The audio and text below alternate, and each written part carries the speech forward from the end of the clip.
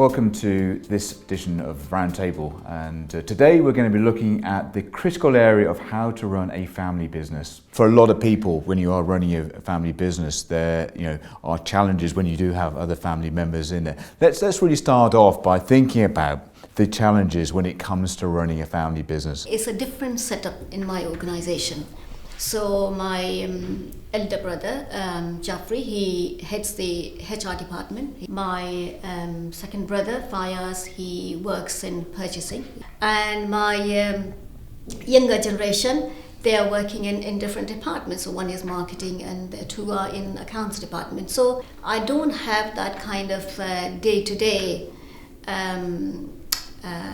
working relationships with them. And my son works on strategic projects. So it works quite well actually in my company.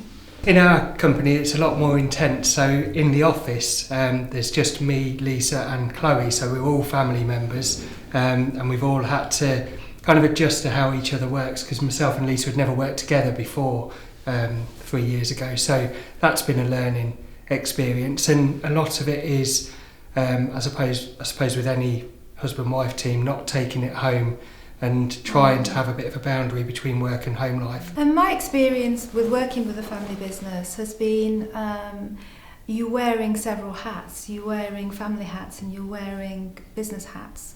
And with the family, you've got the loyalty and the commitment and the trust elements. But then when you're working within the business, you're very task orientated and you're looking for performance and results. And so you change character.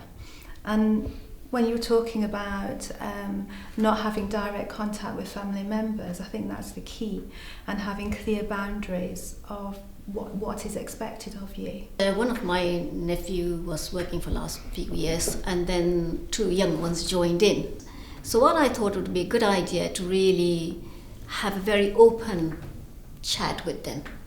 So I called everybody in, including my two brothers, and we sat down, we said, at home, I'm your auntie, but here, we are working for SNA Foods and everyone is equal.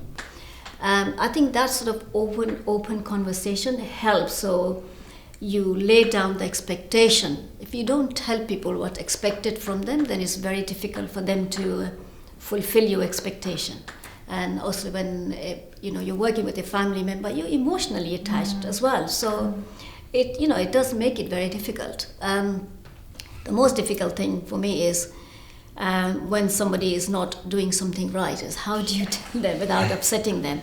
But if you lay down that this is work, this is nothing personal, so it's how you put those across to people. It's not just what you say, but how you say is very important. Working with family members, the expectation is always higher of those family members, because like you've quite rightly said, they are the role models and they are the ambassadors in the company. And it is difficult because when you identify that something isn't being done quite as it should be done, you can't afford not to go and tackle that, because if you don't go and tackle it, there's too many other people that are watching. You can't have a rule for family and a rule for somebody else. Not at all. I think also with second generation, it's very important to let them make mistakes, as long as they're not big mistakes that are going to have detrimental effects to the company, but they're only going to learn by trial and error, having the opportunity to have a go and learn from their mistakes, because at the end of the day, that's how we all learned. Even the founder of the company, with the entrepreneurial skills, that's how they've developed and how the company's evolved. Interestingly, I was talking to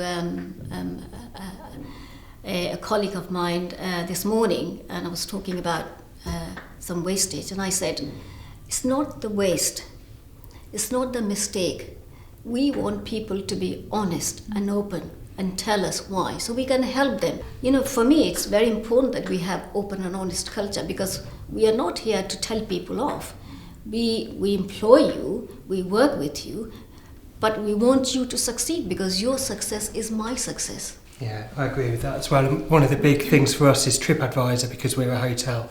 And we have gone up to first on TripAdvisor we were 26 3 years ago. And whenever we have a meeting with housekeeping where they haven't been up to standard, yes, obviously we're pointing out some of the errors that they've made, but more to the point, we say, whenever we get a good review, we will name the housekeeper on TripAdvisor, and that's an incentive for them to to sort of lift their game. Mm.